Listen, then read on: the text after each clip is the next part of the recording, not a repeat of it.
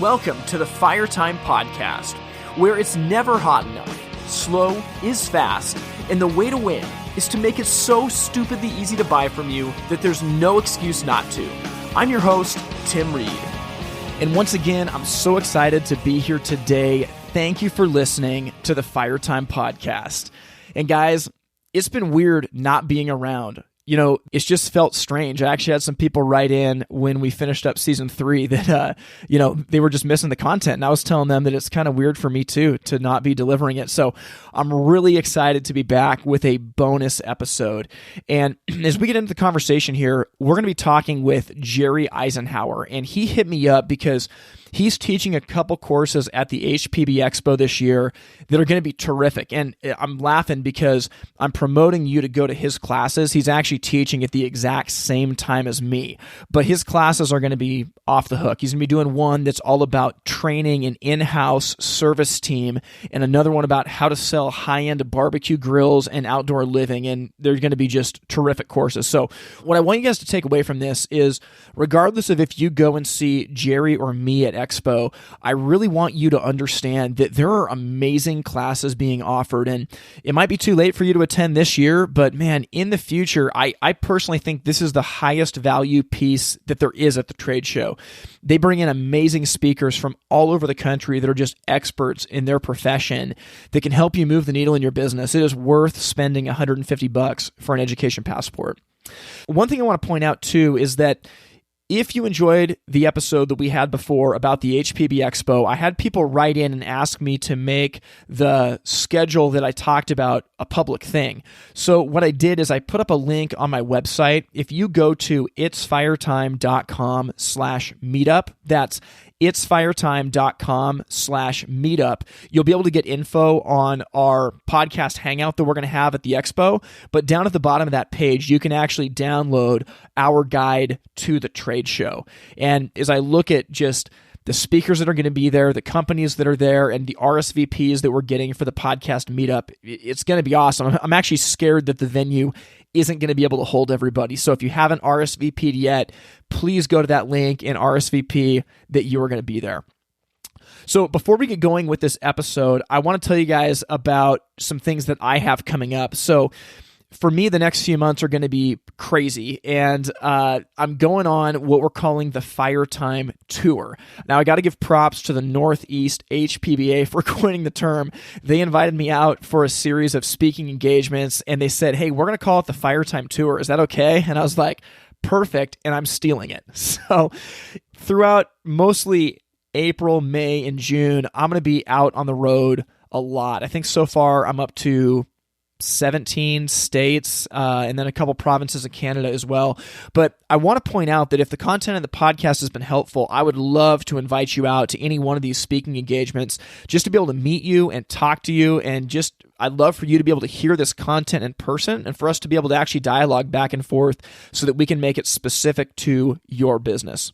So with that in mind, I want to highlight a couple different dates that are here. So I'm going to be going out to New England in early April. And April 6th, I'm going to be in Manchester, New Hampshire.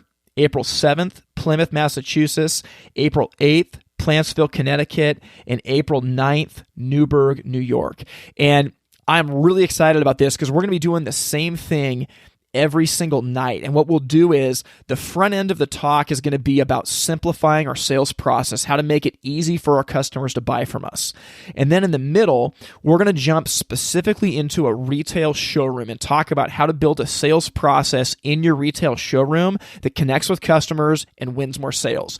And then the last part of the event is actually going to be a live workshop where we take the information that we've discussed and we're actually going to put it into practice and make a game plan for your businesses. So I cannot wait to see you guys out in New England. Those 4 dates are going to be really special. Okay, now, one more thing. Before we get into this episode, I got to tease it out and say that at the trade show this year, something big is coming. For the last 9 months or so, Grant Falco and myself have been working on something that we think is going to be really big. And our goal is to connect the industry in a way that it hasn't been connected before and to capitalize on the community that this podcast has created. So if you see me or Grant at the trade show, come up and talk to us. We're going to have all kinds of swag to give you, but more than anything, we just want to connect with you. So with that in mind, man, New Orleans is going to be so awesome. This conversation with Jerry just gets me fired up for it. So I cannot wait to see you guys there, and I hope you enjoyed this conversation. Joining me from Charlotte, North Carolina is Jerry Isenhour, return guest to the show with the CVC Success Group. Jerry, how you doing, man? Man, I am doing great here. I don't know what the weather is like there, but it's like summertime in January here today, Tim. Oh, man, nice. You know, it is cold and rainy in the Pacific Northwest today, so I'm glad that you got some good weather out there. Well, isn't that every day in the Pacific Northwest? Every time I'm there, it's like that's part of living there is in the rain, isn't it? You know, that is our secret, is that when people from the outside come, the weather's always terrible, but honestly, most of the year, it is amazing here, but not today. Fantastic, man. Glad to hear that. Yeah. Well, Jerry, I'm excited to have you on the show, and this is kind of cool. So this is actually a bonus episode. We haven't started season 4 yet, and we were talking a couple weeks ago about just the different courses that are coming up at HPBA, and it made a lot of sense to have a conversation about it. I know that people have been writing me wanting more podcast episodes, and this just felt really good to release in the interim while we're waiting for season 4 to come out. So I'm excited. Hey, man, I'm always excited to be with you, brother. Well, Jerry, I think that I'm undermining myself here, but we got booked for 2 classes at HPBA at the exact same time. So in one of the last episodes of season 3, I did a primer on what people need to be doing at Expo this year, and I didn't make them choose between our classes. I said, you can go see Jerry, you can go see me. There's also some other great classes going on at the same time. But you got a course that you're teaching at 1 o'clock on Wednesday, March 11th that's about successful in-house training. You got a course at 2:15 that's about selling barbecue grills successfully, and I just want to pick your brain about what can people expect if they show up for one of these courses. Where do you want to start? Well, the whole thing is we got 2 different courses, so hopefully we can kind of divide this across. Yeah.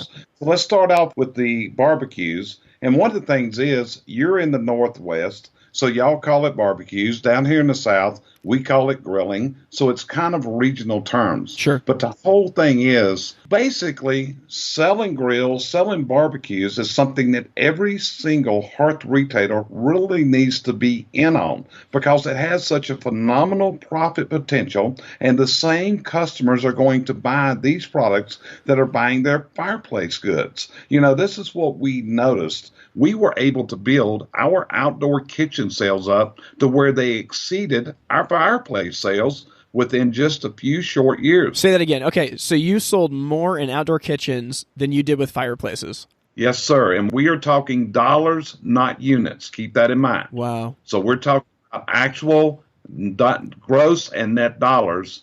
As we progressed into this, we had went into the outdoor furniture business also, and it just never clicked. And finally, it kind of hit me. The real trick was outdoor living, and the real trick was going to be high-end outdoor kitchens, not the $1,500 units. We were up in $35,000, $50,000 outdoor kitchen sales, and the results were phenomenal. So what I want to ask you is this. I mean, I want to go into this because it's perfect that you're talking to me, because for us, we just don't really mess with that much. We do a ton with fireplaces, but we don't really get into grills or outdoor kitchens or anything. It's a shift in thinking, but how do you start to make that shift? What do you do if you're a business and you want to make that transition? Where do you even start? Well, the first thing is you've got to stop thinking like a hearth retailer, and you've got to open it up into the outdoors. Okay. And one of the things that was real popular was a word coming alive in the fireplace industry, and Richard Wright at Hearth and Home magazine was promoting this, which was called the outdoor room. And we went to a HPBA show, and they had a display set up there with several decorators, designers that were manning this particular area put up by HPBA showing outdoor living. So it's like, hey, I'm at this show for a couple days, Tim. So I went in and sat down with these 2 designers. And lo and behold, they were from High Point, North Carolina, which is less than an hour from where we are. So as I talked to them for the very first time in my life, I said, you know, I'm going to hire a consultant. And that really sounds weird since that's what I do for a living now. but I'm going to hire a consultant. So what I did is I hired these two designers to come to my retail location, and we talked about this and what the potential was and what we were going to have to do on displays. Now, one of the things we did was we converted our retail showroom and remodeled and made outdoor living indoors. In other words, when you came into certain areas of our retail store, it was like you were in the outdoors. In fact, there's some old issues of Hearth and Home magazine and some other magazines that we actually got featured in. So what was happening is we had this set up. And so when people came in for fireplaces, all of a sudden they started seeing outdoor living, and they saw it like they saw it in magazines. And what was happening here, I'll give you an example. We had one customer that came in to buy a thermocouple for a gas log. Okay. $17 sale. When they walked out, their sale was over $35,000. Because I used to teach this. You're able to see it, you're able to touch it, you're able to feel it, you're able to fondle it, and you're able to fantasize about it. Okay? Yeah. And what I meant by that, you could touch it. Do you ever notice how somebody comes in your store and they touch a wood stove or they touch a fireplace, and it's like the weight of this and other things go on? So being able to display this, and then we went further using televisions to show how this is done. So the whole process of what I'm going to be doing at HPBA is sharing how do you relate to this customer, how do you display, and how do you do it effectively using virtual means this day where you're not investing as much into your showroom. Does that make sense? Yeah, it does. And I guess the question for me that I've always had when you're looking at grills, I think that the skeptical answer is, well, they're just a commodity sale. We're not a value add to it. So why would they buy from us over a big box store? The value is the service. Because our number one competitor was not the big box store. Our number one competitor, believe it or not, was internet providers, such as barbecue guys, other people like that. What we found out is our major challenge was the internet sellers, and what we had to do was sell the value of what we sold. But see, this is the thing. The majority of our sales were in built-in units, not freestanding units, not what I call the grill on the stick. Yeah. And if you go to most big box stores, that is an area that is abandoned by the big box stores. And it's a phenomenal market. It's some work. It's like anything else. You got to pour yourself into it. But we sold outdoor kitchens with an excess of $20,000 worth of appliances, doors and drawers, ice makers, refrigerators, what we call the sales below the belt. Yeah, and it is interesting because I keep thinking about who else is it that's in that space, because you're right. With what you're talking about, big box is definitely not in that space. There's too much complexity. The internet is, in a sense, but I think you're right, especially if it is going to be a $50,000 deal, being able to touch it and feel it does make a big difference, and that's a part of the pie that is probably, going to a combination of like the internet plus landscapers, right? Correct. And see, one of the features is the electronic presentation, which is dead up your alley, Tim. What happens is here, consumers commonly shop on the internet. You agree with that? Absolutely. Okay. In my statistics, it says over 92% of people shop the internet, even for local products. And the problem is you've got to have an electronic presence. And what your competition is, you got to remember, internet retailers are very good at placement of their ads. If you ever go on you ever go research, the next thing happens, they bury the cookies in there. You see it on your Facebook and everything else. So you've got to develop, because most people don't realize what you sell. So you got to be reaching out and you got to be aware. But more than likely, your two biggest competitors in this are going to be internet retailers, and they're also going to be the landscape industry. As you're looking, many landscapers have developed some really phenomenal showrooms, and they're selling high-end grills. They're selling Kamada grills, the Big Green Eggs, the Primos, the Kamada Joes. They're selling these products. But see, here's the feature that people have to remember. So many people are scared to say the following. Well, that's about a $50,000 package. Now, Tim, did you hear how easy that rolled off my tongue? I did. You said it like you've been saying it for years. That's it. And see, what happens is a lot of times we're thinking people have certain budget restraints coming Yep. in our stores. And we're thinking, okay, they're used to buying a $100 grill at Home Depot or another big box store. Well, realistically, that's in their minds because we did the research. We found where so many magazines, and I'll give you an example. I actually, as we researched where you could, where this information coming from, one of them was Playboy magazine, believe it or not. Okay. I read Playboy for the articles. Okay, Tim? I'm sure you do. Right. But in there, it was talk in a Playboy magazine, and I used to use this in training. It showed where Playboy magazine was showing that the outdoor kitchen was now a chick magnet. I hope this doesn't offend anyone, but this is the way it was looked at. And it told you right there that you need to expect to spend between $16,000 and $30,000. Wow. It was saying it. And if you do the research, the consumer expects this price. We're scared to feel that bill, and we got to step out of that comfort zone. So, and I don't want to steal your thunder from the course. I'm assuming you're going to get into, like, if you give a mouse a cookie, what's next, right? So do you have to get into hardscapes, or are you talking, do you just do the kitchen, the barbecue? What about finishing the grill with granite, with stone? Are you going to tackle all this in your course?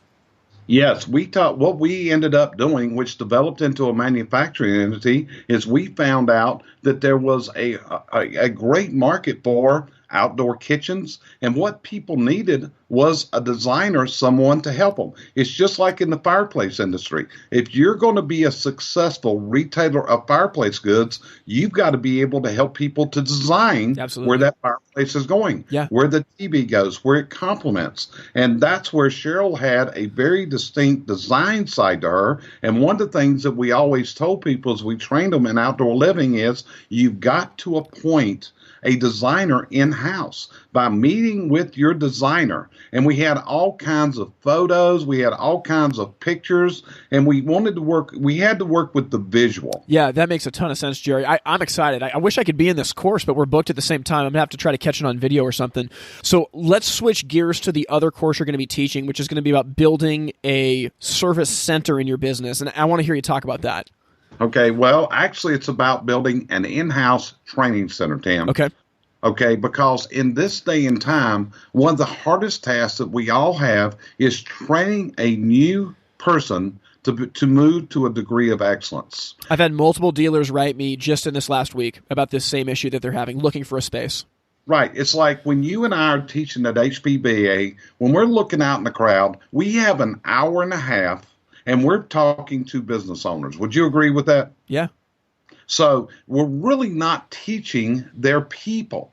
So the whole idea of success, and we've taken this from the HVAC industries and building your own training content, or you're using prepared content that in this day and time is available from all over the place. I mean, when we look at it, NFI has a phenomenal virtual training platform. Yeah. We have a phenomenal platform, and other people have phenomenal platforms that we can put to use in our own businesses and train our people at a much lower cost and much more effectively than we can afford to put them onto a plane, send them to a manufacturer, do things like that. It's able to stretch your training dollars to get better results. Well, I'm doing the math on this because I know the skeptic is going to say, well, I don't have time to do that. It's going to be too much money to build it. But I think you're right that by the time you put a tech on a plane and send them somewhere and bring them back, and we talked about this the last time you were on the podcast. I mean, when you look at the hard cost plus the opportunity cost, you're probably shelling out 3 to 5 G's. And if you invest that same thing into your own business for a training center, you could probably get pretty far with that, right? Right. We ran a cost analysis last year from what it costs someone to send them to a remote training in their own town. Okay. Tim, this is no hotel. This is no airplane. This is no rental cars. This is a seminar that's right in your own town. Mm-hmm. And your cost to attend this seminar is $99. When we ran that cost, your actual cost, when you take in your downtime, inability to service your customer, ran over $2,000. I believe it. If you had to travel, such as hotels, rental cars, plane flights, it was up around $3,100. On the average is what you pay for one day of training. It's like if you send 4 people to HPBA, if you ever look at the total cost, it's not the cost of getting them in the show because that's cheap. It's the cost of housing them. When you look, it's like Travis Industries or people like that. Their cost to attend a show like that, it's hundreds and hundreds and thousands of dollars. Absolutely. And what you've got to do to be successful is invent a system that will work for you to bring you the best results at the lowest cost. And that's what our intent is to teach people how to set this up in their own operations. Do you have an example of someone that's done that successfully?